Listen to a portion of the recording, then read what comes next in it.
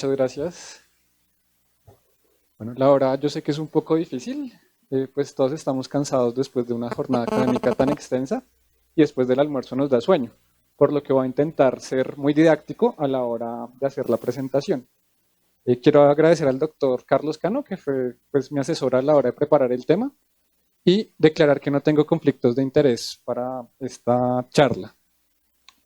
Les voy a contar la historia de la señora Isabel. Ella tiene 80 años, es una paciente con una independencia funcional, es una paciente prefrágil y llega a urgencias después de una caída con esta radiografía. Oh sorpresa, tiene una fractura. Pero esta charla no es de fracturas de cadera. Esta charla les voy a contar qué pasa con doña Isabel en los próximos 30 años en Colombia. Mi intención no es mostrarles las bondades de la geriatría, porque creo que todos después de pasar por este simposio les va a quedar más que claro esto, pero quiero mostrarles que cada vez hay más información y no solamente la geriatría ha demostrado ser una forma muy potente para predecir desenlaces en salud de los pacientes ancianos, sino que también es una forma de darles desenlaces clínicamente significativos, de modificarlos y una forma muy eficiente de administrar los recursos. Mi charla pretende mostrarles es, bueno, si esto es tan bueno, ¿por qué no hay un geriatra en cada centro de salud? Bueno, continuando con la historia de doña Isabel, quiero contarles qué va a pasar con ella si se fractura en Bogotá, si se fractura en el Huila, si se enferma en el Baupés en los próximos 30 años. Recordemos que la salud es un derecho fundamental, es decir, es un derecho que está por encima de todos los otros derechos y según la ley colombiana debería ser deber del Estado garantizar el acceso a este servicio. Pero en la vida real, ¿qué es lo que encontramos? Si se fractura en Bogotá, va a llegar a un hospital como el San Ignacio, donde hay un servicio de geriatrías que funciona a las 24 horas, probablemente vaya a ser operada en menos de 48 horas, y se les va a dar las mejores chances de una recuperación funcional. Si se fractura en el Huila, puede llegar a Garzón a un segundo nivel, hay ortopedista, pero no hay geriatra. Probablemente por la complejidad vaya a ser remitida a otro nivel y vamos a salir de esas 48 horas de oro para operar la fractura. Y si se fractura en zona rural del Baupés, en Caruru, antes de ser vista por un médico, pues va a tener que transportarse por el río. Entonces, realmente les traigo esta pregunta. ¿Somos un sistema destinado al colapso? ¿Colombia está destinada al fracaso? ¿Y por qué lo digo? Porque para nadie es un secreto que hay muchos retos que están por venir. Y recuerden estos 3 puntos. Primero, los recursos están limitados. Segundo, el país está envejeciendo. Y tercero, hay un déficit en personal calificado. Pero hoy quiero mostrarles es qué tan mal estamos o cuál es el panorama real de Colombia. Entonces, con respecto a que el presupuesto es limitado, es verdad. El presupuesto de la Nación para el próximo año ya se fijó y se fijó en 405 billones de pesos, de los cuales el 12% está destinado a salud. Estamos hablando de 50.2 billones de pesos. Entonces, la salud recibe una parte, un presupuesto de eso, pero no solamente recibe esos recursos, sino que también de las cotizaciones de los trabajadores y otros impuestos, sobre todo de licor y juegos, entonces recibe otro dinero. En total, se estima que para el próximo año pues, la cantidad de recursos destinados serán de 94.7 billones. Pero esto es mucho, esto es poquito. Estamos hablando de cifras del tamaño de la Torre Colpatria. ¿Por qué? Porque si lo comparamos con el presupuesto de la Nación, correspondería al 25% del total. Y si dividimos este número entre el número de colombianos, para el próximo año por cada colombiano se destinarán 1.800.000 pesos aproximadamente. Es decir, los recursos sí existen. Creo que una de las banderas de la geriatría debería ser la forma más eficiente de manejar estos recursos. Si lo comparamos con cuánto gastamos en salud con respecto a los países de la región, vemos que con respecto al Producto Interno Bruto, al PIB, Colombia está en 4ª posición de la región. Para el 2020 se gastó aproximadamente el 6% del PIB, si bien no llegamos al 15% de los Estados Unidos y ni siquiera al 10% de muchos países europeos, los recursos pues sí existen. Bueno, creo que ya para todos les quedará claro que la población está envejeciendo, que para este año de estos 10 colombianos, 1,5, es decir, el 15% son mayores de 60 años. Para el 2050, 1 de cada 4 será mayor de 60 años. Y para el 2070 se estima que 1 de cada 3 serán pues, mayores de 60 años. Pero ¿qué es lo novedoso de esta gráfica? Quiero mostrarles es que todos los grupos de edad no aportan la misma cantidad al total de ancianos. Vemos que hay ciertos grupos de edad que van a verse modificados y hay dos, digamos que poblaciones entre los ancianos que van a cambiar. Los mayores entre los mayores de 80 años y los más jóvenes entre los mayores, del grupos de 65 a 69 años, cada vez van a ser más los mayores de 80 años.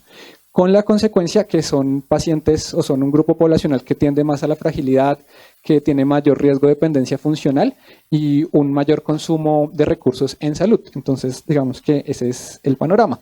Pero ustedes podrían preguntarme, bueno, pero eso ya ha pasado en países europeos y han tenido tiempo para empezar a cambiar sus políticas públicas, empezar a adaptarse a todos estos cambios. Y yo les digo, es verdad.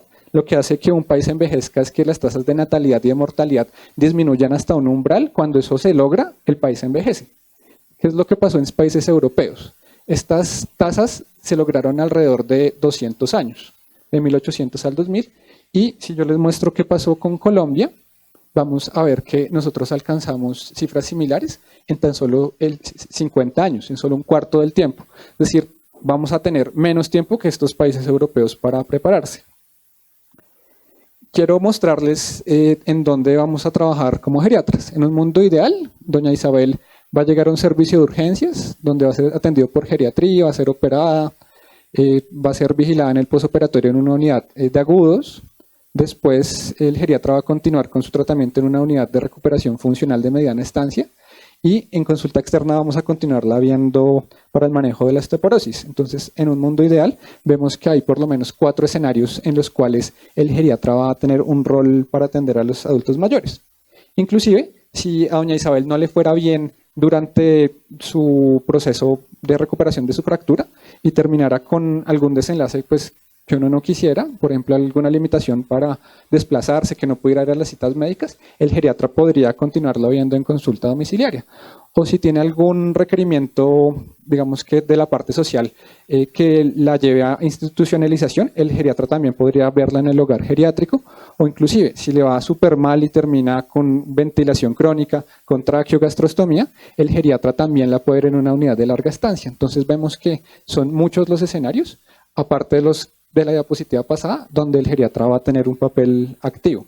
Inclusive, si hay cosas que no previmos, es decir, sale la fractura de cadera, pero se le detecta un cáncer gástrico avanzado y pues vemos que solamente le quedan algunos días, semanas de vida, podría ser manejado en un hospicio, o si después de la fractura le da un delirium y desarrolla una demencia, podríamos manejarla en una clínica de memoria. Entonces, digamos que el geriatra va a tener múltiples sitios donde va a poder impactar sobre la población adulta mayor. Con respecto al tercer punto, de que hay pues, un déficit del personal calificado, encontramos titulares como este. La región envejece y no hay suficientes geriatras. Esto es de un periódico chileno. Nos podríamos hacer la misma pregunta para Colombia. Digamos que cuáles son las cifras reales.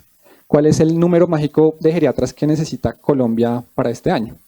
Según estándares internacionales, el número de geriatras que necesita una población se calcula según el número pues, de adultos mayores que tenga. Si son mayores de 65 años, por cada 10.000 habitantes se necesitan 3.9 geriatras.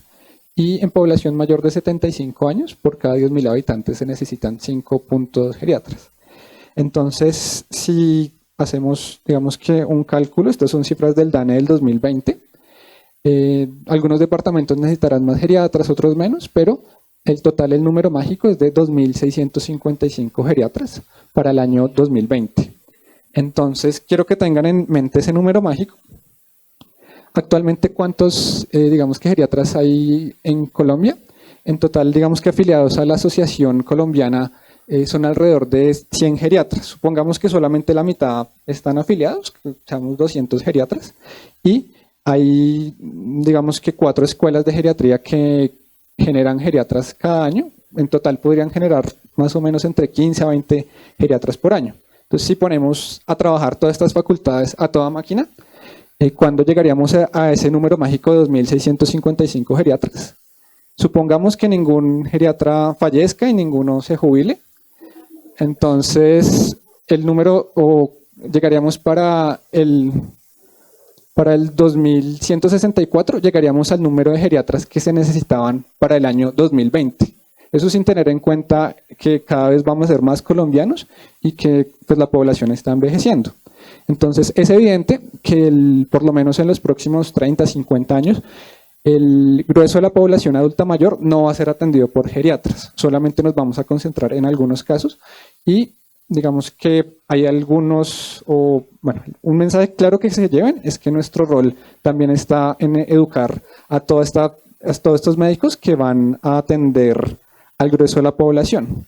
Entonces, desde mi punto de vista, el geriatra o esta problemática podría abordarse fortaleciendo la formación del geriatra en estos 4 ejes. En el eje asistencial, es decir, tenemos que ser buenos médicos. En la investigación, digamos que eso creo que lo tenemos todos claros, pero lo que quiero resaltar para esta charla son estos 2 ejes, como educadores y en gestión. Tenemos que ser, por supuesto, educadores de nuestros pacientes, de los familiares, pero sobre todo de otros médicos, y tenemos que aprender a gestionar proyectos. Con respecto a la educación, hay 4 puntos que me parece que vale la pena resaltar, que son que deberíamos volver la rotación como geriatría obligatoria para todos los programas de medicina.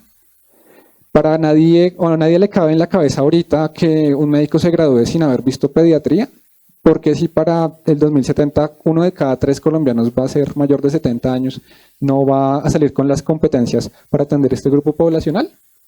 Deberíamos además no solamente formar médicos que estén capacitados para atender a los adultos mayores, sino los que ya están formados, capacitarlos. Entonces también digamos que deberíamos enfocarnos en capacitar a los médicos ya graduados. Y es evidente que no vamos a llegar al número requerido de geriatras si no se aumentan una de 2 condiciones: aumentar los cupos de residencias en geriatría o aumentar el número de programas de geriatría. Probablemente los 4 programas ahorita no van a dar abasto para todos los requerimientos del país.